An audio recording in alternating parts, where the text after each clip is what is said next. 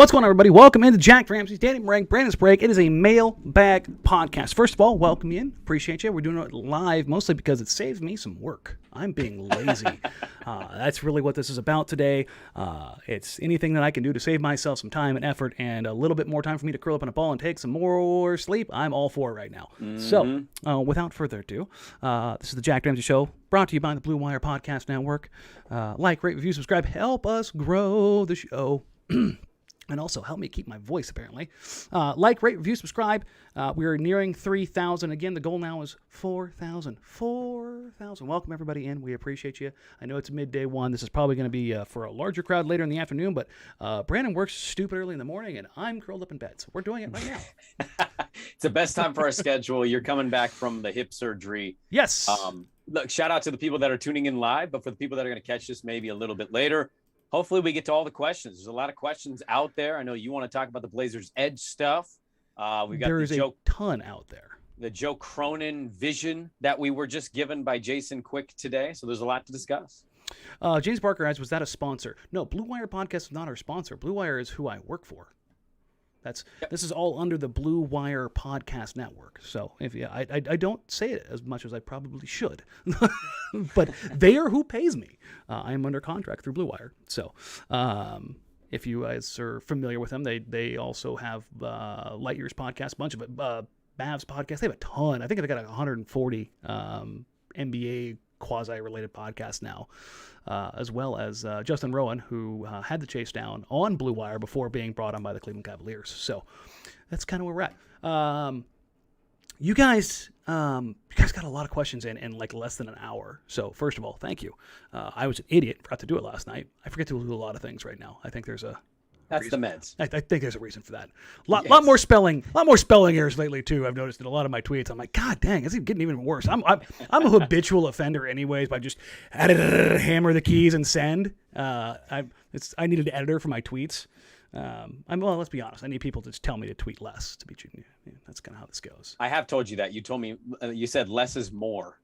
I'm a volume tweeter, baby. You are a volume tweeter. It's all about how you shoot. Yeah, exactly. It's I'm the Allen Iverson of tweets. So just let them go. Got a lot of draft questions, both from here in the chat right now and in the actual questions here. What do you want to do, Brandon? You want to get to some questions first, or you want to go to a quick article first? Let's do some questions first. Let's do some questions first. Jamel Cutler. Shout out Jamel. Horrible person as a Knicks fan, but I love him anyways. Right over to Hoop Mag, just an all-around good dude. But he asked a good question, and I think this kind of pertains to a lot of what we're going to talk about today. If you're management, would you give Simons the keys sooner rather than later? And I think you can discuss sooner as a different kind of thing. Okay, well, tell me then what? Because if you're talking about sooner for me, that means like next year. I think 2 years is sooner. 2 years? I mean, that would lead to an obvious conclusion. But if it came to that, there's another question. I don't want to get too far ahead because I want some people to get their shout outs. But in case we don't get to this one, there was another question that I saw right before we launched, basically saying, how much do you trust Ant in the future if said scenario that is unsaid happens? And I've said this all along, guys, that situation is going to be really hard and really tough and really emotional for a lot of fans. But it's hard to think of a better starting point than having an Anfernee Simons on your roster. So it'd be that quick. As soon as that happened, if that ever happened, then I'd do it right then and there. I think that's kind of where we're at. I'm leaning more and more towards sooner. And I think that is the natural progression of this. I think that's how this is going to go. This is a baton passing, where in this organization's history, has that ever really happened? No, I don't. No, because every iteration has just stopped and a new one has started. It hasn't been a smooth transition. Bill Walton leaves pissed off. Clyde Drexler traded away, not happy. Brandon Roy injuries, Greg Oden injuries, LaMarcus, I'm out. Well, I'd even say the Sheed teams broken up, retired, like gone, everything. Like yeah, it was never like ended. this like transition period of like smoothness for all the consistency this franchise has ever had. It's been ties are severed and it's like start from scratch type stuff. This would be the first time where you could have a legitimate baton passing. I find that at least a little bit interesting. Well, and if it's let's say it's 3 years, I think you said 2, even 2 to 3 years to me in that league, that's later. Which is funny because Anfernee Simons is 22, going to be 23 in June. Right. It's kind of crazy. You think about it. He'll be 25, which means he'll be entering his prime, which, again, a transitionary period of being able to hand a baton to a guy who's probably that dude would be pretty cool. I would also say, too, because we're going to get to the quick thing, just to add to this question specifically, it's pretty clear that if this is Cronin's job, that key is ready to be handed over at any given minute. You think so? Oh, if Cronin is in charge. If Cronin is in charge, he's basically got the key in his pocket, and if he is told, "Hey," he's got a spare already. He's got a spare to hand to Ant to move in. Like exactly. It could be he could be ready tomorrow, or he could be ready in a year or 2 or 3 from now. But he's ready to do it. Okay, let's get to the elephant. The elephant stacked on top of elephants in the room from EREC at EREC_. Can you guys address why all of a sudden everyone is forgetting how bleeping great Damian Lillard is and are so quick to think we should just trade him? Maybe it's an out of sight, out of mind kind of thing. Ant does not equal Dame. I think there's a couple different questions in that question. I don't think anybody is saying Ant equals Dame. I'm not saying Ant equals Dame. I'm saying in the future he could be a Dame-esque type player. If we're talking about if you're trading Damian Lillard, you're talking about a reset. Like don't get it twisted. Go ahead and have your drink. That is a very, very different conversation about what this team is going forward. Now, the identity changes, the whole style of the team changes, the je ne sais quoi of the team changes, whatever you want to call it. The heart of the team changes, and that's not an easy thing. And I kind of want to sandwich these two things together, Brandon. Both this question and Dave Deckard, my editor at Blazers Edge, his article. Because it pissed a lot of people off. And I will go here with it to start. I disagree on the premise of having to trade Damian Lillard. I think he has 2 good years left in him. Genuinely. I don't think he's chronically injured. Even though he has been injured for 4 years, it has been the same injury that hasn't been addressed. However, I have caveated this as real life versus spreadsheet basketball. In spreadsheet basketball, you trade Damian Lillard. You do it. Why? Because you have to be able to get value for this team and reset where you're at right now based on, to take an Olshayism, the timeline. And the rest of this team is 25 years old and younger. Damian Lillard's 32. Yusuf Nurkic is, 28, 29. And, of course, now my dog is barking now that I want to start talking. Well, I think Damian Lillard just showed up to your door to tell you shut the hell up. Yes, and here's where I'm going to get with the next part of this. Reality says no. Right. You cannot. And I think there's sentimental reasons for this. There's basketball reasons for this, and there's business reasons for this. The business reasons for this is butts and seats. Damian Lillard will get 75% of your season tickets sold. Like, he does that, and that matters. On the basketball side of things, he is, when healthy, a top 12 player in the NBA. And I don't feel like he's going to come back damaged. I don't feel like there's going to be an issue with him when he returns. And if anything, taking a year off from basketball might have been the best possible thing for him in the long run. Beyond that, you can't, after what we just talked about, every superstar iteration of this franchise just stopping and ending on bad terms. Wouldn't you like to reverse that for once? Like, if he ends up forcing his way out, so be it. But don't have it be the franchise again.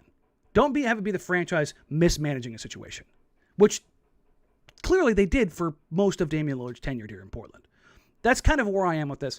I understand why some people would say you have to look at trading Damian Lillard. I disagree that you should, but I understand where you're coming from. Where are you sitting in all of this? I mean, I've made my position pretty clear. Like, I want him to be Dirk. I want him to be Kobe. We've never had anybody like that in the franchise's history. Walton is, maybe the all-time most talented. it was a short window and a short run, and it ended in an ugly lawsuit, and a guy pissed an organization for a handful of years. You go to Clyde, and those were really successful, fun teams that got the city, rejuvenated about basketball. The closest they've been to an NBA title. It ended in bitter divorce, and it ended with that guy playing a vast majority of his career in this city and deciding to be a Houston Rocket in the NBA Hall of Fame, and now openly telling a player to get the hell out of Portland. And then talking a heap of trash last week. You go to the late 90s, and those guys just it just blew up on its own. And then you go to Brandon Roy, and that's the one that I would say organizationally was not their doing. They took the talented player. Yes. They just, unfortunately, the window for him was not as... But the divorce was bad between PA and Brandon. The divorce was bad because, look, I'm not going to absolve Brandon Roy of that whole situation. I think there's a lot more that goes into it than just what we know. But the point that you're making, like, we've never had a statue player, right? Like, we've got players worthy of a statue. But if you're really talking about statues of players outside of an arena, you're talking about guys that mean a lot to the fan base, the organization. It goes beyond basketball. It goes community ties. It goes the way you just feel about a player. Like, I saw a lot of the emotion with CJ was traded. I can't fathom what that's like if that day ever comes with Dame. God. So to have that, to me, it's like right now this organization statue players are Jerome Kersey. Like, Terry Porter. You know what I mean? Terry Porter. Like, those are the players. And those are fine players. Those are good players to have rooted for and have as a part of the community. R.I.P. Jerome. But Dame is another level of that. And this organization it's been void of having that for themselves.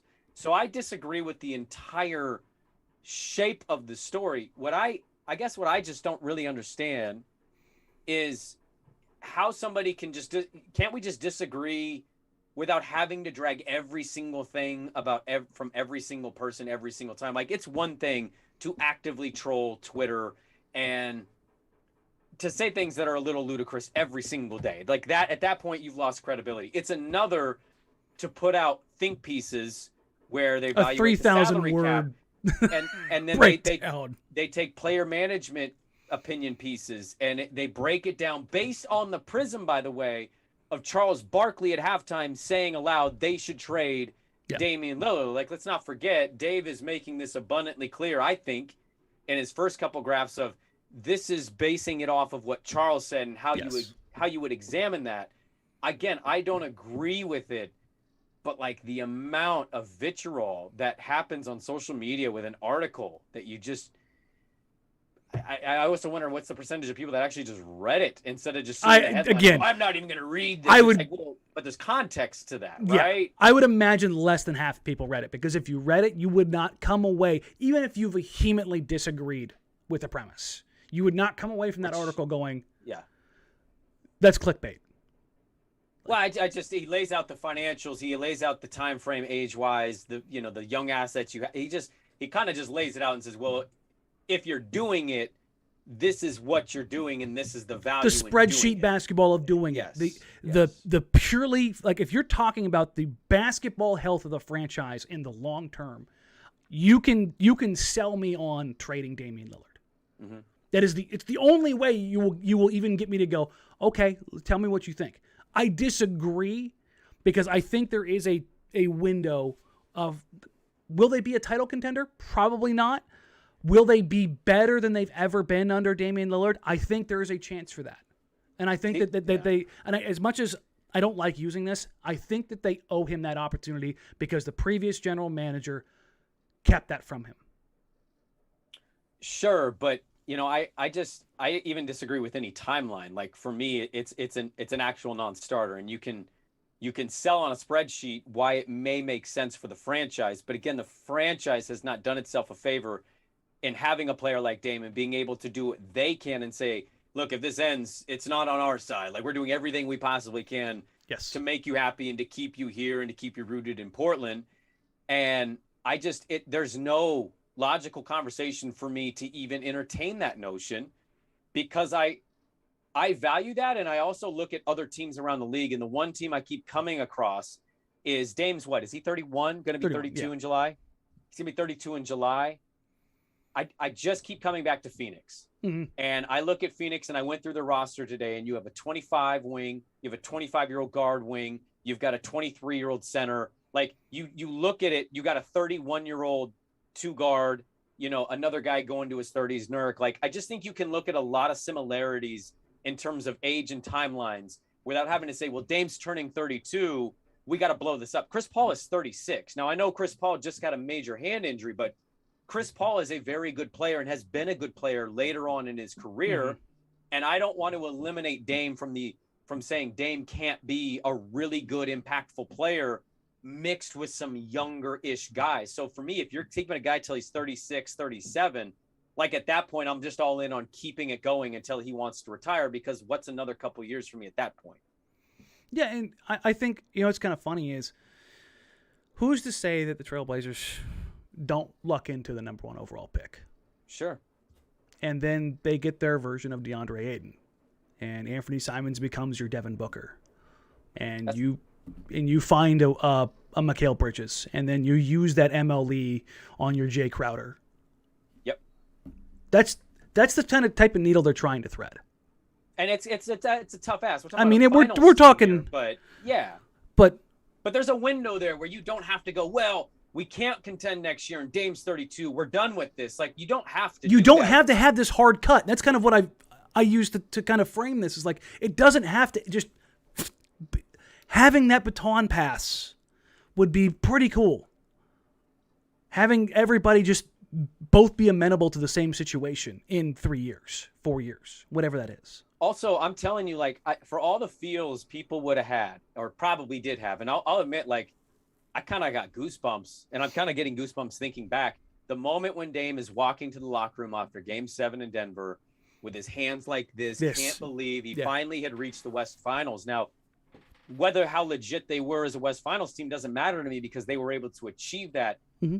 The amount of goosebumps and feeling you would have if you could see a 36, 37-year-old Dame, if that's what it took another 3-4 years, and a serious contending spot with in a Western Conference Finals where they're like, you're not laughing about it. Yeah. Or even entertain the notion of getting to a finals randomly. Again, I know how tough and small percentage that is, but like, there's value in that for me. And, I just think there should be value in that for everybody. I'm okay if you say, well, logically, I can map out why it makes sense. Mm-hmm.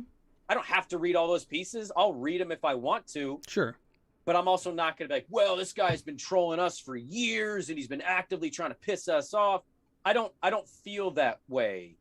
No. So that's why I just read the piece and I was like, oh, okay, well, I still don't agree. Yeah, no. And again, if I'm mostly with you there. Like, again, I see a world where you can say it one way, but I land on the other side, especially for the next 2 years. It's just, I personally, I believe that he is deserving of that chance. Yes. And then figuring out from there. Shelby R says, I think the fan frustration we had to hear about Dame wedding out all summer. Now we're hearing from the media we should want Dame out. Everyone's exhausted with the topic in general. I don't believe people are exhausted with it because it keeps coming up. Well, we went through a big scare last summer. Yeah, and that's the thing is, I think Portland fans are still very much la la la la la la la la la as what last summer actually was. And the reality is that Damian Lillard did explore other options. He said it himself. It's not heresy to say such a thing. You don't have dinner with Anthony Davis and LeBron James in LA to just have dinner with LeBron James and Anthony Davis. You can make the phone call to catch up with a guy. You're going to go spend some time together with the Olympic team. Like, yeah, what are you talking about over dinner? You're not talking about shoe sales. So, yeah, especially the Nike and Adidas guys. So, right. But yeah, I think that's kind of where we land with I think that in Danny, general. It sounds like I'm defending it, and I'm just trying to be honest about it. I think the other part that a lot of fans maybe felt in the moment because of the discourse you saw on social media was, hey, the national guys do this enough to us, and now we've got the local guy. Yeah.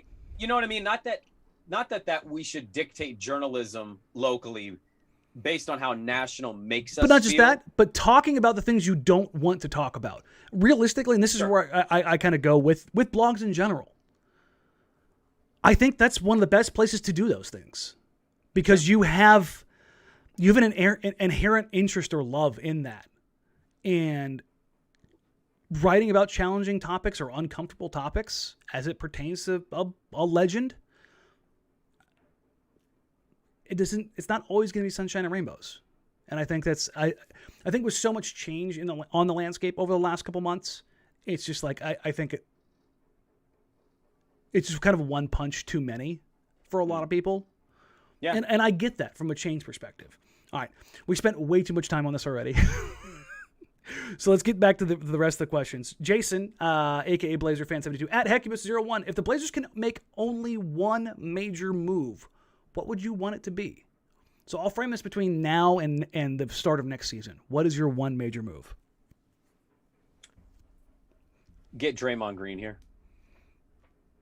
That's a pretty good one. I think having a Draymond Green with Dame and Ant. Now, I don't know what would it take in a trade scenario of that situation, but just kind of hypothetically throwing some stuff around. You've got Nurk down low. We know Draymond can be fine with or without Nurk. And then if you have some shooters around him, you add, let's say, a Josh Hart.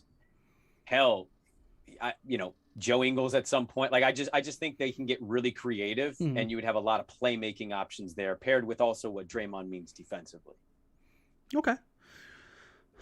You went about as high as I was going to go with like the type of player, but I would take a player whose last name is a color. So green, brown. You're not getting that unless you're giving up Ant. So you're telling me that that's what it takes. And then it's a no. It's a no. I'm not mad if they do that, by the way. Like, I've said that abundantly clear. Like, that would be tough pill to swallow because I think we know he's a damn good player. But I don't think that that's reasonable. This organization, I don't think, is going to be including him in any talks of any sort. And so that basically eliminates for me kind of with that whole option. Mr. Brown, because I don't know what else would it really entice them to give up a young forward like that.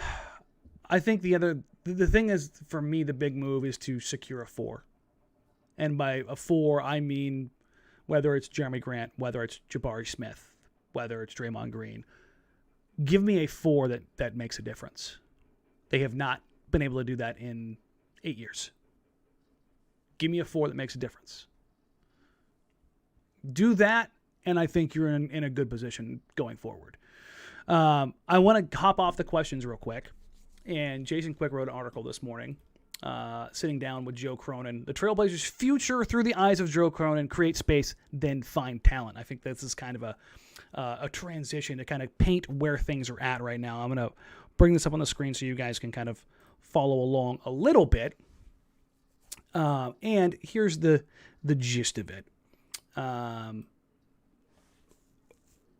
Hart was a centerpiece of Blazers' return from New Orleans in the C.J. McCollum trade. He's not disappointed. His first 5 games with Blazers, he averaged 19, 5, and 4 while playing a determined defense. Cronin said, "We targeted him, and that's the type of player we want. We want to find more Josh Harts at different positions." Okay? Now, next part of this is a little interesting. Much like the Blazers for the last 10 years searched for shooters and ball handlers who fit Terry Stotts' flow offense, Cronin said the Blazers will now zero in on players who fit the mold of what Chauncey Billups values. That means smart, versatile, tough-minded players who compete on the defensive end, players like Hart. I'm going to address the second part of that first. I don't think Terry Stotts wanted players who were dumb and didn't want to play defense and just wanted to dribble and shoot. I think it's a little unfair of a characterization that kind of Jason throws in there. Yeah, I saw that part too, and I'm like, so Terry wanted 3 6'3" guards, and Carmelo Anthony is a 6 man. Yeah. I think we know that last year. I personally think going into that last year, that relationship had kind of soured. It was done. I had heard things that 2 years prior to that they had some dust ups, but like I think overall they had really kind of reached a point of, look, we've been doing this for a decade. We clearly have differing visions right now. Yeah. I didn't really follow that part of it, that blurb of Terry Stotts. Like, I think if you gave Terry Stotts more Wes Matthews and less C.J. McCollums, he would have been A-OK. More Wes Matthews, Nick Batums, and Marcus Aldridge's? Yeah. I think Terry Stotts would have gladly had a 6'11" /5. You mean the team built like the same way the title-winning team in Dallas was built? Oh, yeah, I think it's safe to say that I think Terry Stotts did not want 3 6'3" dudes. Carmelo Anthony at the very end of his career. And Enes Kanter, the human boomerang. And Myers Leonard on a 4-year, $40 million deal. Like, I don't think that was Terry's thing. And I thought it was abundantly clear, like both guys had made it clear. Terry gives thoughts, but I thought the roster was Neil, the coaching was Terry. Yeah. And I think it's also been made clear since the season's gone absolute dog-ass. That it was a product of the roster? People realized it was more a product of the roster and not the coaching, that if you actually look at the rosters the previous coach was given, you could make a good argument he probably overachieved somewhat, even with having a Damian Lillard. Interesting. But back to the Josh Hart stuff. I think it's very poignant to see what way Joe Cronin is wanting to go with this roster. It seems very different than Neil, does it not? Like, the entire article screamed a guy who was behind the scenes going, dude, what are we doing? Why are we doing this? I remember some people are saying, well, it sounds like Joe is just, following Neil Olshey's footsteps because they brought in Keon Johnson, remember, with the first trade. He's like, oh, great, another guard. And it was like, no, guys, it's a 6'4" kid with obscene of athleticism. And Chauncey said it last night in the pregame. He sees Keon as maybe being an elite perimeter defender in his career, which I found to be interesting. But super big athlete. I mean, you have that ability. You just got to lock that dog in. And we saw a little bit of that dog last night, which I thought was kind of fun. But again, grand scheme, Cronin goes on to talk about Justice Winslow and Josh Hart. Basically, they want athletes, 6'5", 6'6", 6'7", right, switchable, competitive dogs, guys who are wanting to push the pace, get in your face, all of the things that are on top of that, I think, are going to be, complementary to Damian Lillard and Anfernee Simons going forward. Is that the same vibe as you got? Oh yeah, I mean, he's basically going to do whatever it takes to address an area, Danny, that this organization has largely been whiffing and missing on. So I think it's a guy that behind the scenes was probably advocating for maybe a couple different moves. And, ultimately the last guy in power was pretty power hungry. And I think vetoed things and would run on his gut on certain things. But just asked I put it in the article and said, would Cronin be concerned if Billups next season decided to start Lillard, Simons, Hart, which is still bigger than Dame, CJ, Norm, but still a little smaller? And Cronin said, quote, size-wise, yes. Now, he did add concern with putting enough talent on the roster, and positionally our trades have solved some of the issues as far and financially for their future. But I think that's the telling part. The size-wise, yes. I think that kind of screams to you they're clearly going to be looking to build up this roster to the point where maybe Josh Hart is your sixth man, which you can do so much worse coming off the bench than Josh Hart. You're in a good spot then. So the line here is, I asked Cronin if he was concerned about recreating some of the same issues that plagued Portland in the past, which again, we're talking about the small backcourt. Portland's bugaboo of the years has been defense, and in particular backcourt resistance offered by Damian Lillard and McCollum. Also, when Norm Powell was brought in to start alongside Lillard and McCollum, the Blazers were overmatched physically almost every night. Cronin's concern level regarding the possibility of starting Lillard and Simons together. And this is where you want to know how I know Anfernee Simons is going to be a trailblazer for a very long time. 0, Cronin said. I would vote to play Ant at center if it was the only way to get him 36 minutes. He's that good. Pay that man his money. Some team is going to absolutely screw Portland over and offer this kid $27 a year. And we're going to go, $27 a year? And they're going to pay it. They're not even going to blink. No, they're not going to blink, but it's funny that, like, Portland's had a couple of those moments. Remember Roy Hibbert famously, they made the Pacers pay all that money to Roy Hibbert. Not saying that Ant is Roy Hibbert 2.0. And the Blazers did it to Utah with Paul Millsap with Paul poison Millsap. pill. Right. So I'm just saying, like, I wouldn't be stunned if another West team out there saw Portland's roster and was like, shit, that thing's not that bad. Well, what happens if we offer him $27 a year? They're going to have to match that just to railroad him by $5 to $6 million.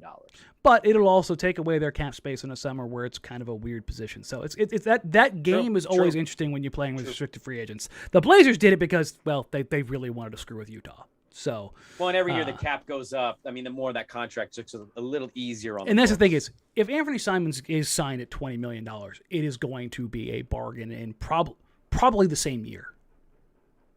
Oh yeah, I'd agree with that. He probably overperformed. If he is on the development curve that I believe that he is on, which is a 24, 25 point a game guy, he is going to overperform that contract immediately. And the thing with him to think about, so refresh my mind on the restricted. They can do it's just open to everybody, right? There's anybody can make an offer and the Blazers have a chance to match. Right. Okay. So I knew that part of it, but there's no window in the first X amount where they can go. Because I'm just wondering how much Ant is going to value. There's the moratorium. There's the 4-day moratorium or whatever. Okay, that's what it was. Yeah, I was blanking on that. I'm almost wondering too with Ant, because I know Ant wants to get the bag, and money for most of these guys is what reigns supreme. But there's an element of like fit, right? That not that Ant won't fit in so many other spots around this league, but fit in the I get to play with Damian Lillard. Mm-hmm. I get to stay with the team that drafted me and has helped, coach me up and develop me to this point of getting this kind of like, I just wonder how much that factors in for him. Not that he's going to say no to 25 mil a year, but more just kind of like, is there an idea in his mind that he'd prefer to stay in Portland, even if that meant a slightly lower number?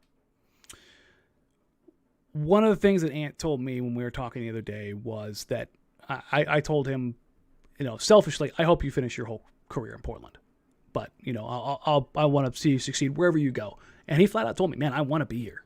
Like they believe in me, like that confidence, that belief. And the Sports Illustrated article that came out, I think yesterday, had basically the same thing. Like, and in talking to him over the years, he does like it here. Like he does want to be a part of this. He really looks at Damian Lillard as his guy, as his mentor. And I think he is ready to take that step from, mentor mentee to like being the guy. And what better place to do it where where things sit right now, the organization loves you, adores you. They see great things for you, and the reality is he's probably going to get handed the keys relatively soon. Why would you want to go anywhere else? You're going to get paid. You're going to have the opportunities. You're going to be the number one eventually. Like, it's like, yeah, I can see somebody wanting to go somewhere else for other reasons, but it's hard for me to look at that from any other point of view and go, yeah, I should go see what's on the other side of the fence. No doubt. I also can't blame a young player for maybe being curious about that other side of the fence. For sure. I'm not saying he will, but again, and that's kind of the nice thing about restricted free agency is that that money is there for, to put the onus on the team. So if the Blazers were put in that position, it's put up or shut up time. You can talk a big game, but respect is paid in dollars. Julia, at JR Davis 44, we're hearing such mixed messages on whether or not Joe Ingles will play for the Blazers. Do you guys have any further insight or theories on that? So I think everybody, when this trade happened, was like, oh, that's just a way for the Blazers to float some money, blah, blah, blah. I have heard multiple theories from people around the league and people within the Blazers. I've heard that the Blazers value him and his bird rights, and Joe Cronin has said it publicly. Public comments I tend not to take all too seriously with regards to player movement, player personnel. Right. However, I have heard that from other people, but I have also heard that the main reason that Joe Ingles was signed was that his $19 million cap hold allows them to operate as an above the cap team. And again, today's article with Jason Quick, Cronin did talk about Ingles. Yes, he did. Counted in the flexibility is Joe Ingles, whom he acquired in a trade with Utah. Even though the 34-year-old tore his ACL in January, Cronin says acquiring Ingles, whose contract expires at the season, was not necessarily a salary cap saving move. So that was a salary cap saving move. You have his bird rights, and you get above the cap with his cap hold. So again, when we're talking about Joe Cronin and understanding the cap, there's a lot of things that mattered in doing this trade. Mm-hmm. Ingles, whose contract expires this season, blah, blah, blah. Because the Blazers acquire him a trade, they acquire his bird rights, which means they can go over the salary cap to sign him and don't need a separate exception to do so. So it creates another mechanism for them to add to the roster or to add a player that they can go over and not use the MLE for, not use a BAE for. And if you remember what Cronin did say in his last interview with Medina was, hey, we're going to need some time because we need all of our exceptions to, because if you look at the roster, basically only Damian Lillard is under contract and the rookies into next year. They need to pay people to be in particular salary slots. But beyond that, he says it was about the player. Joe is a good player. He has a unique mix of talent, skill set, and mentality that you're looking for. Now, if you're looking for words, Brandon, I think you're going to hear a ton from Joe Cronin in his tenure. Mentality. I think that's going to be one that's going to be the biggest one. Mentality, attitude, toughness. Right. Do you think that's kind of where he's at with this? Oh yeah. I mean, I think he's made it abundantly clear. He's almost prioritizing intelligence and IQ with the athleticism that this team has severely lacked. And I think that's an important part too, is if you're going to sneak up on teams and compete at a higher level and be better than what you've been, even though you had a couple good years, I think you need to sneak up on people by being a smarter team and not so much just going, wow, they can really jump and they can really fly. Like those things are important, but I think he values IQ. And when you talk about IQ, it's hard not to be circling Joe Ingles in that conversation. Yeah. I don't know what Joe Ingles is going to be. You know, I'd read some 35-year-old on the knee. Yeah, no, I read some stuff in Utah that even this year he was kind of hitting his decline a little bit. But Joe Ingles in a very limited role, you know, with X amount of minutes to play, even coming back off of a pretty serious knee injury, I still think is a pretty valuable thing to have. I mean, it's a ball handling, 6'7", 6'8" dude. Yeah. And that's not something they've had since Nick. So a viable NBA player with size who can create, who plays smart and heady, something the Blazers just haven't had. Good leader, good locker room dude, probably going to be seen drinking a pint somewhere near downtown Portland. Like that's who Joe Ingles is. And if he gets 12, 13 minutes a night, cool. It probably ends up being actually sneaky good for them. But yeah, that's kind of what we sit with Joe. Chad Johnson at C_John_Son21. Got a lot of underscores in there. Excuse me. Well, his Chad Johnson's a pretty common name there, Danny. You know what? I had enough of you. Sorry, I'm just making sense. That's my bad. Maybe it's just the painkillers kicking in. That's all. Wall Street over here. Yeah. Ask this another tweet to you. Is there a player, Chet, Banchero, and Jabari, that you would consider packaging both picks for to move up and get, barring we get both and the team is willing? Or do you think one pick will pretty much be moved for a vet, a Grant type? I don't believe there's a world where they use both picks. I don't. You don't believe there's a world. Okay. So even if both picks, one's in the top 3 and the other one's in the top 5? So let's say one lands top 3 and one lands 5, and they get to keep that. Right. I think that changes what they do, whether it's Jerami Grant or a player higher, a bigger fish. I think that's ultimately the case. I will say this very precisely. If the Blazers have an opportunity to draft one of the top 2 players in Jabari Smith or Chet Holmgren, I don't think there's a world that exists where they don't do that.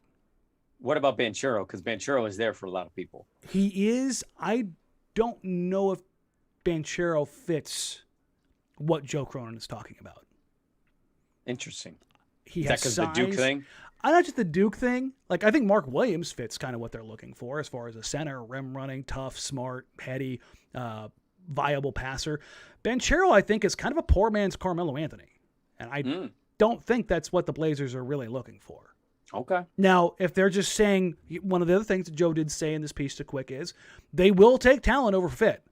And if they believe Banchero is the highest ceiling, highest talent player on the board, then that's probably the way they'll go. But I believe that they would prioritize Jabari number 1 overall. I would imagine that is what their draft board is going to look like.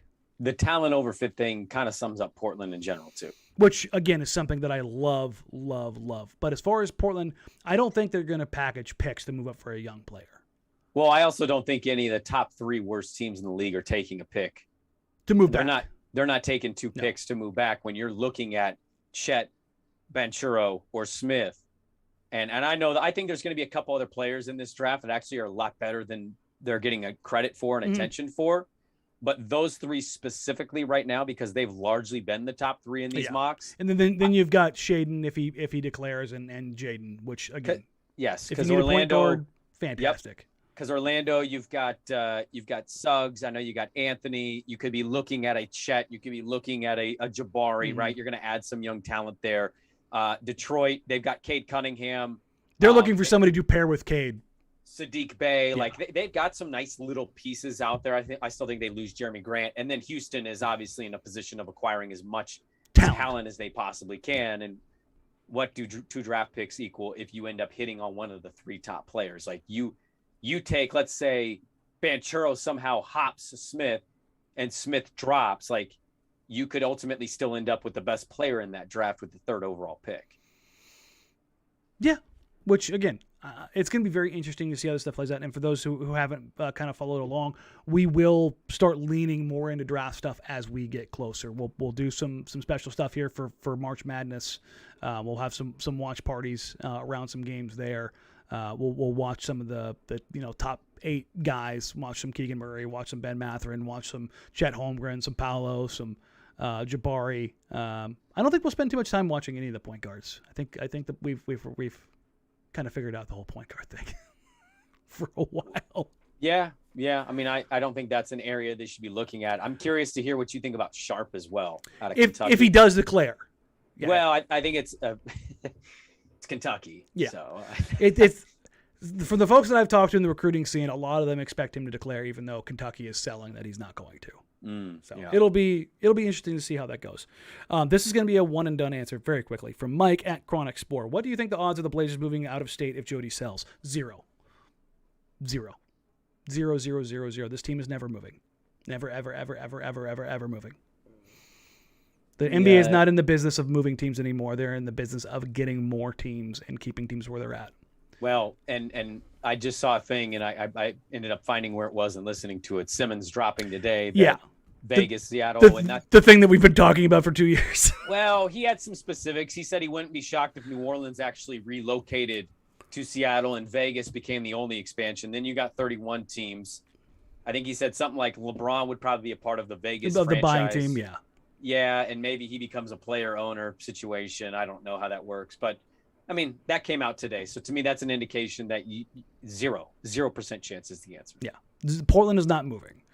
I could imagine New Orleans moving because they've kind of been a quasi relocation home for teams just for a while. And as much as the whole Hurricane Katrina thing moved them out into OKC, they really didn't come flocking back in droves, Well, I feel bad talking about it. I do. You don't want everyone to see a city lose their team. It sucks. Because I joke about the fan base, but the fan base that exists down there is very passionate. They like it. It's small, but they care. Well, and I saw, Evan posted a clip of Portland Pelicans a few years back when they upset Portland. That place was popping with that team, with the red unis. But yeah, that's all I'm going to say is I feel it's an NFL town. Well, it's a football state. Yeah. Yeah, that's true. Most states are, but as far as it pertains to Portland, they're not going anywhere. Justin Sowers at JS Sowers. If the tank reaches top 5 level, who's the top 5 talent that makes all this worthwhile? Chet, Jabari, Paolo, and either Sharp or Ivy. That's your top 5. If the one that to me makes the most sense is Jabari. I am not as against Chet as a lot of people are. I think the defensive potential there is real. Yeah. I just worry about the frame. I do too. But I watched Bol and I saw that and I went, that man is never going to be successful in the NBA. He can't move. I watched Chet and go, holy crap, that's a guy who can move. Hey, he could be an absolute menace, and I wouldn't bat an eye at that. I just did two things that I think these people are incredibly nervous. The frame, I mean, he makes Kevin Durant look buff. But you remember what KD looked like when he came out? He couldn't bench press 185. Yes. Yeah, like that. I know he was skinny, but this kid looks pretty damn skinny. They're about the same. Maybe you're right. He somehow looks skinnier, and he's also the white guy from Gonzaga. So you're only going to be able honestly, to that's the bigger prohibitive thing for me than anything else. But I will say this one's starting and producing. He's he's American born, right? Yes. So this could be he could break the cycle. He could snap the streak, man. I will say this. Adam Morrison. You look at his advanced metrics. Do you know what his block rate is? I don't. 12%. Okay. It's pretty. A good block rate in the NBA is 2. Yeah, that's pretty damn impressive. He's been a monster for them defensively. Like, he is the reason they're as good as they are defensively, even despite that St. Mary's game. It's just, to me, like, I just think it's okay and fair to wonder aloud. Does that body type? Yes. Not everybody's Kevin Durant. Because historically it doesn't hold up. Because KD could shoot. Like, the thing that KD, it didn't matter what his weight was he could get a jump shot over anybody. Yes. And Chet can. It's just not as good of a shot. No. You know what? All good points out a name here that I probably should have mentioned. AJ Griffin from Duke. 6'6". I think he has some of the most potential in the NBA draft. I think if you're looking outside of those guys, the Chet, Jabari, Paolo trio, AJ is one of the most interesting ones because he shoots the living hell out of the ball. He's got a frame that he's built a lot like Nasir Little, built like a truck. He's just had injuries, and if his medicals don't clear, it's not great. But skill-wise, he does some things that I think are just mind-blowing. And I think he's a guy that you could say in 3-5 years is an absolute star in the league. It would not. He is probably the guy that would surprise me the least out of the top 3 to see him become like an absolute stud in the league.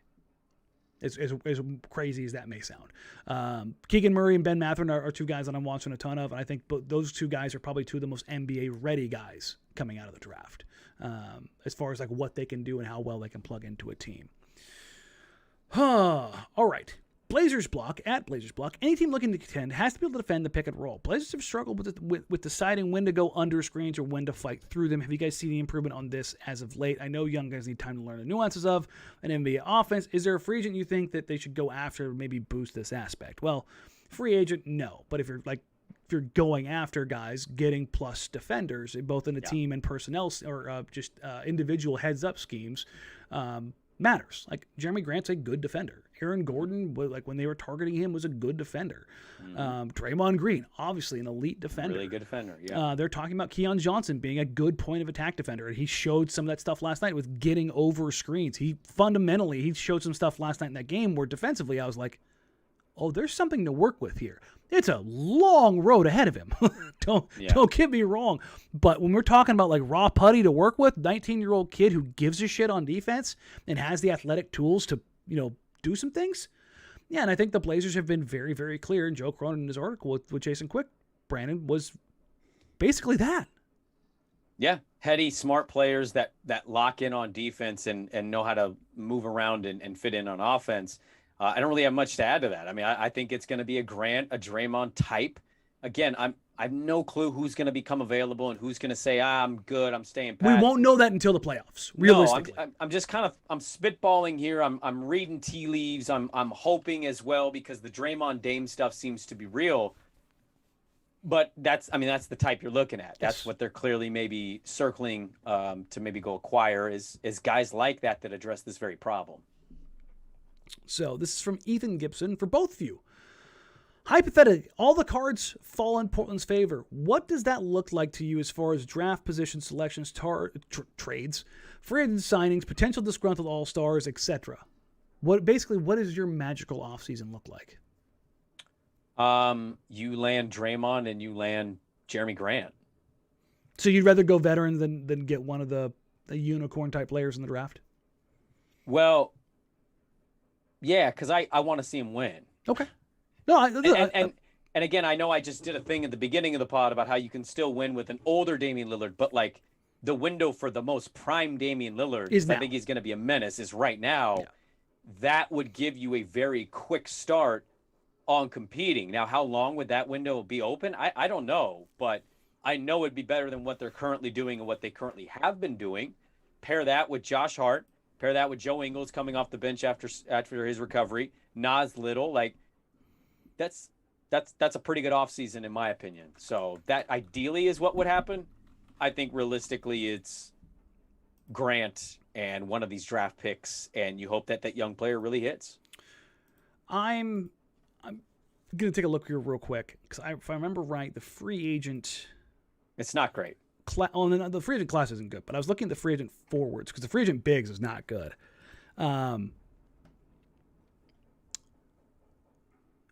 Who's going to be available in that group is the TJ Warren, Kyle Anderson, Thad Young kind of player. And if the Blazers use their MLE. Wouldn't slow-mo make no sense if you're angling for Joe Ingles? Probably, but I think Kyle's a better version of that. But you could get them both because you use the MLE on Anderson and then you use the bird rights to re-sign Joe Ingles. Okay. But again, my thought process here is if you're talking about like everything being done. Like, let's talk about trades. Let's talk about free agency. Right. Using your exceptions. In a perfect world, you draft Jabari Smith. You sign, or you trade for, Jerami Grant, or a player like him. Let's just continue to use Jerami Grant because that's who they've been linked with. Right. And you sign, I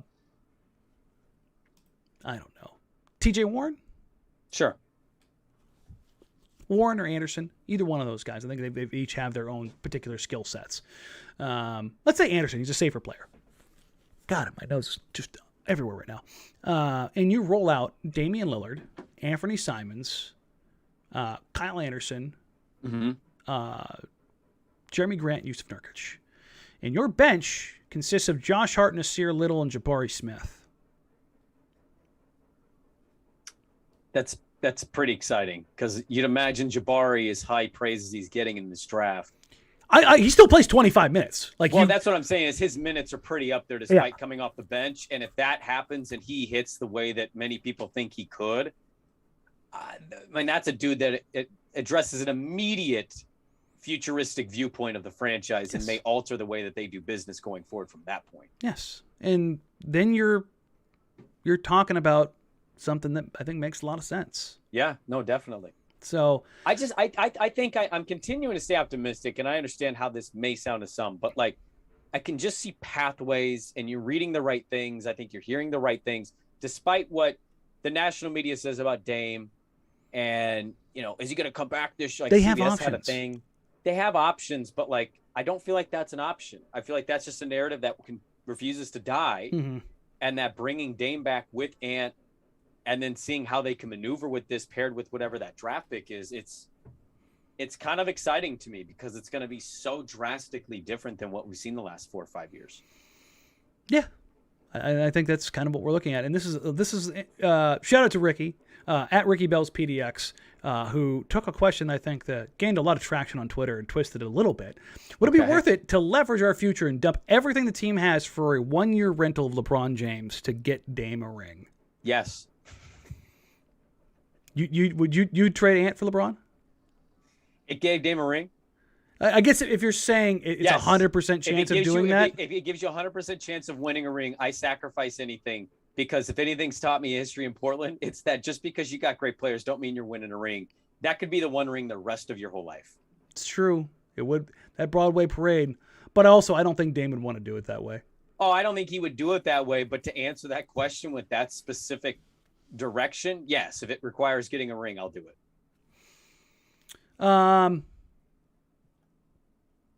We'll wrap on this one. Okay. Is there a realistic path to championship aspirations in the next few seasons? If not, what does that rebuild look like? And that's Harry at White Guilt 48. Well, I'm glad you got some white guilt. It's important to carry around that white guilt all day. Harry, do they have championship aspirations? Yes. Do they have a championship path? Not today. But I think they have the flexibility. They have a map. Maneuver a map guiding them the way they want to take it to find the path to championship contention. Now, whether they find that or not, I have no clue. This could flame out bad. Mm-hmm. But it's fun to watch and to kind of read and to kind of feel the energy, I think, from the organization right now that, yeah, this season's awful. It's over. They're tanking. They hope not to win another game this year, which Joe also told Jason Quick, which I thought was great, was like, hey, we'll be okay if we build momentum in the summer. But you're seeing that it's an organization that understood the hand it was dealt, and this is the fastest way to get out of that hand. They're going to fold it, and they're going to bring it right back. Their pot still has a decent chunk. They can still compete. It's just a matter of what cards are they going to draw. Yeah, they're not pot committed. They were before. And that's, I think, if you want to use a poker analogy, that's kind of where they're at right now. Is like they're not pot committed. They still have turns that they can make. Like you're not waiting on that river going, oh God, this is our only chance. Right. And I think that's an interesting spot of where the Blazers are at right now.